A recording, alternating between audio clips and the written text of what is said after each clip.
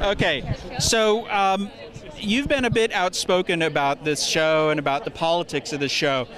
What do you think the message is of Star Trek Discovery? Oh, I think if it was a message that wouldn't be worth making, we'd produce a bumper sticker. I think it's... Do you want me to hold it?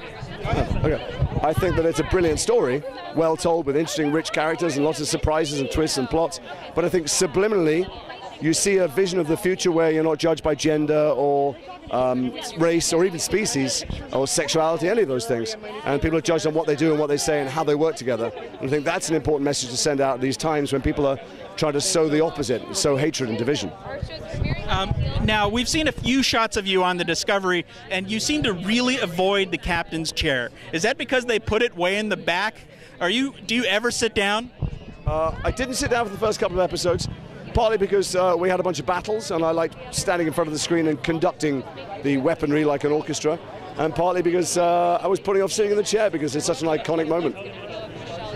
But I guess, are you kind of trying to send a message that Lorca's a bit different, that he's a bit more action-oriented, a bit more military? It's not so much sending a message, he is different. He's different from these other people, and the situation is different. We're at war, and there's something passive about sitting in the chair. He's an action guy, he's a guy who wants to get stuff done, and sitting in the chair doesn't feel quite active enough for him. So would it be fair to say that, I think you said something like you take no prisoners, so do you shoot first? Does Lorca really not mess around? Well, here's the thing for all the fans, and it's been amazing engaging with them so far in person and online.